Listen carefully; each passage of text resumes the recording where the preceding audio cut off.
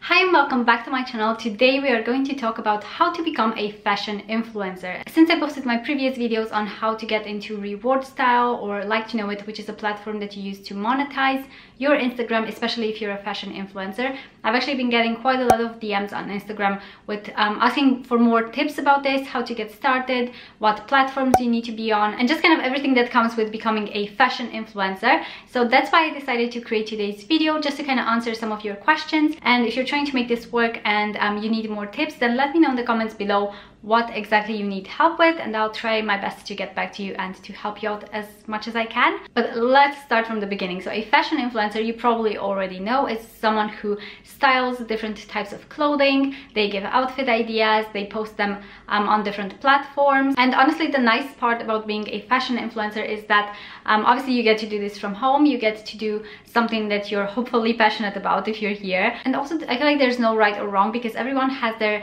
different sense of style. They have different ways of pairing things, and regardless of what your style is, I feel like there will be people out there who are looking for inspiration in that particular style. So depending on, if you're more edgy, more feminine, it doesn't matter, you will have an audience out there. So how do you become a fashion influencer? First of all, you need a platform to do that. So you could use, the most popular ones are Instagram or a blog, or you could do a YouTube channel as well, depending on what you prefer to record. I've actually done a separate video on blogging versus YouTube, so I will link that in the description box in case you are unsure of which one you should pick for yourself, because there are some pros and cons for each of these platforms. But yeah, main ones I would say blog, YouTube or Instagram. These are the three main ones I would focus on, and then anything else is just to kind of share and promote your content. A lot of people get really bogged down on the niche thing, that I have to be a fashion influencer and that means I can't post anything else. And I'll tell you the truth about having a niche, especially these days.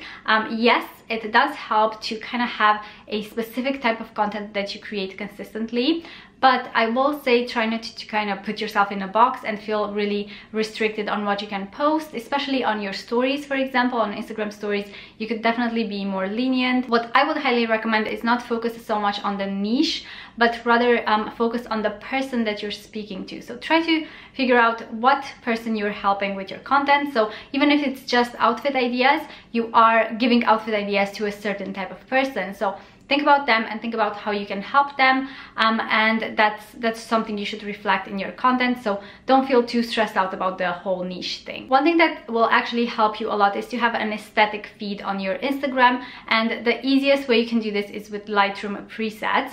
So you just download the Lightroom app on your phone and you can edit the pictures for free really easily.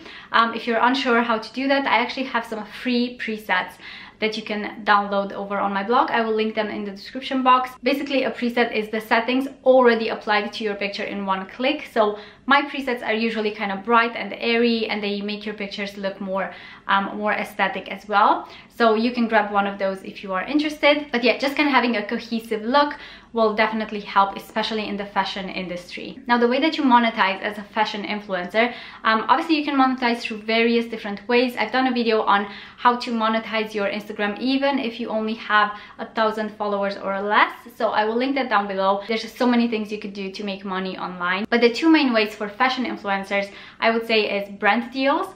So getting brands to either send you clothes or get paid and send you clothes to create content for them, and through affiliate links.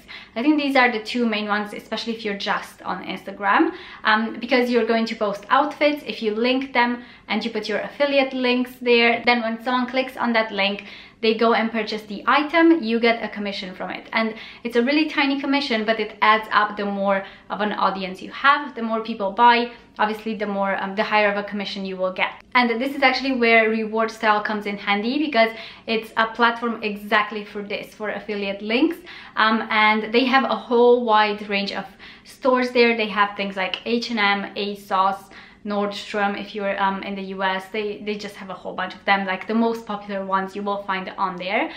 So that's why I like to use it, because I just find all of the brands that I need in one place. So it's really easy for me to find my affiliate links for all of those. Now, the one thing I think is the hardest for fashion influencers when they're just getting started, and actually I think this applies for any sort of niche, not just the fashion one, is how do you stay motivated to keep going even, you know, when it's really hard in the beginning because you're not getting traction, you're not getting views, and it's just you're putting a lot of effort into your content, but you're not getting any results back. And that's the hardest part, and that's where most people will quit before they even make it. And I wanted to share with you the bamboo tree analogy. I'm not sure if you've heard it before. This is something that I actually share with my students in my programs. This is something that I actually read in a book, but the bamboo tree actually grows for the first 4 years, I believe, only underground, so it only grows the roots.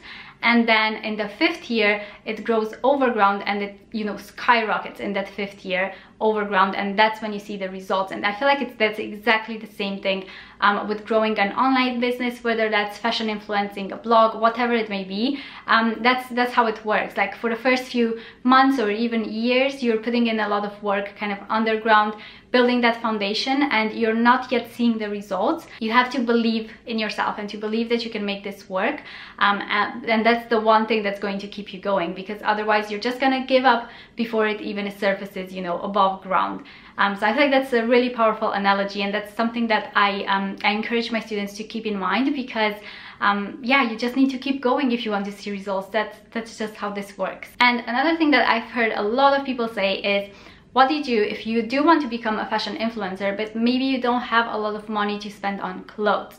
So how do you become a fashion influencer with no money? Obviously, you're going to need a few clothes to work with, which you probably already have in your wardrobe, because I'm sure if you're kind of interested in fashion, you do have, you know, some clothes. It doesn't have to be fancy, it doesn't have to be expensive. There are a few things you can do to work around until maybe you grow your budget, because once you start doing this fashion influencing thing, and you know, you start getting a few brand deals here, you start getting some affiliate commissions, then you can obviously start reinvesting more into your business as well.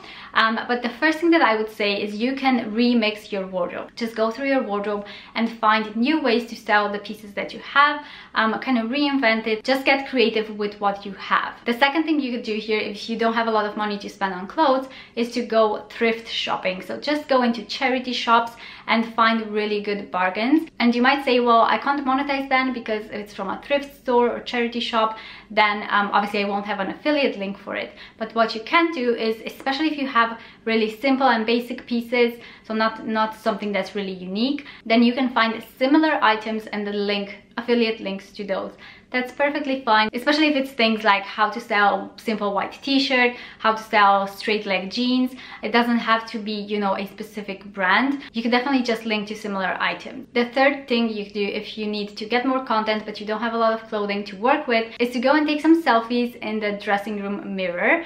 This is something that's actually quite popular and quite fun to do. So you could just go into the shop. You obviously would get some clothes to try on. So just take a few, go back to the dressing room and take selfies of you wearing the clothes, maybe styling them differently. You could even take some reels of this or post them on your stories and ask people to give you suggestions on what, you know, which item to pick. Those are really popular things as well to post. Another thing people also do, which I actually haven't done myself because it just feels like a lot of work, to be honest, but some influencers do get, like for example, you're placing an order on H&M, so you just get more items than you would like to keep, try them all on, take outfit pictures, and then decide which ones you keep and which ones you return. So you can take pictures even with the items that you will return, because obviously you will try them on to see how they fit anyway. And yeah, at the end of the day, it's just about getting creative on how you can create more content, even if you're on a small budget. Yes, I do hope you found this helpful. Do leave any questions you might have in the comments below and I'll get back to you. And don't forget to check out my free presets if you need some help with the aesthetic of your Instagram. And yeah, I hope you guys are having a good day, and I'll see you in my next video. Bye guys!